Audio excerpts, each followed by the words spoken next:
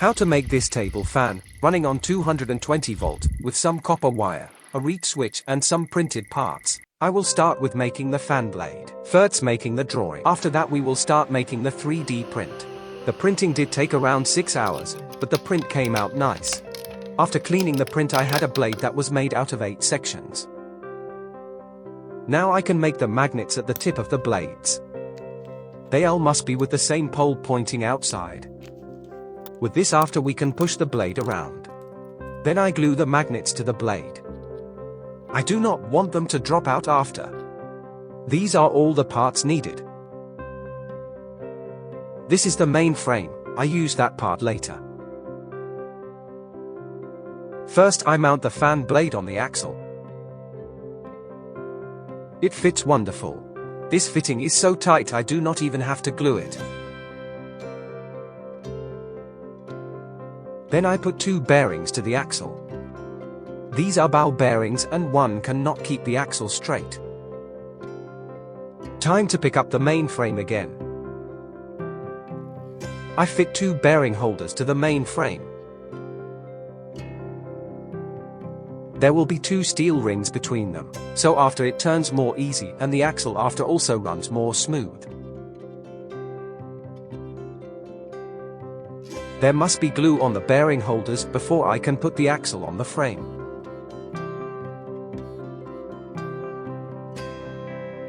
It is time to put the axle with the mounted bearing on the main frame.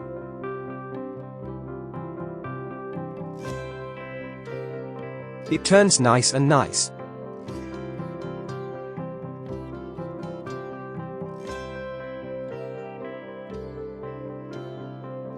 Now I will fit the reed switch holder to the frame. This switch reacts on the magnet field that our magnets on the blade produces. I did make some kind of sliding place in the frame and the holder, this way I can make adjustments to the reed switch to influence the speed. Here I put a bowl to secure the reed switch holder. This is the reed switch where I was talking about. The contact will be made if there is a magnet in the neighborhood. I will put it on the reed switch holder.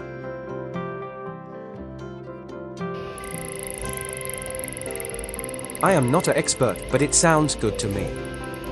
This seems to work. This part is to make the coil.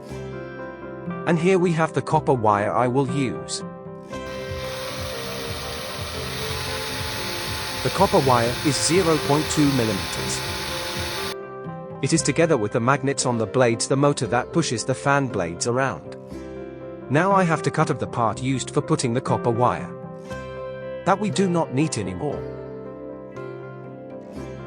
The coil is also going into a sliding place, so I can make adjustments if that after with the testing is needed.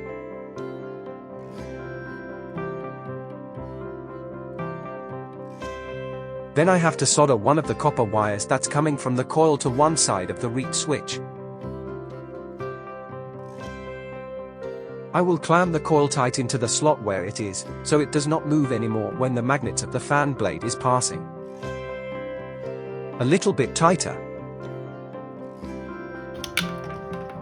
This is the power supply I will use. It comes from an old toy from my son, always keep the old stuff is easy. It gives 12 volt till a max of 1.5 amp. Then I strip the cable ends.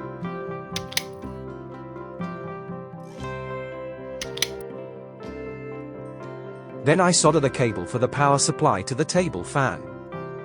One side to the left over copper wire from the coil, and the other side to the reed switch. As last I will glue the cable to the table fan, because I do not want to break the thin copper wire from the coil. It is time for the first startup, so I plug it in. It does not start up directly. I have to give it a tap. Because of the frame rate it looks to turn in the wrong direction, but in reality it is turning to the good direction. How it works. When the magnet of the blade is going over the coil and the reed switch is activated and powers the coil. The coil is creating a magnetic field. I did put the DC power in the direction so that the pole from the upper part of the coil is the same as the pole on the outside of the magnets who are attached to the blade. So when the reed switch is activated, the coil is pushing the blade with the magnet away. If the magnet is pushed away, the reed switch gets inactivated till the next magnet is passing.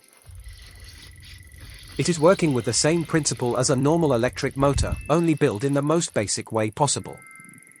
I did use only a little bit of copper wire, 8 small magnets to attach to the blade, 2 bearings, and some printed parts. The most big job was to draw the fan blade because I had to learn the drawing program.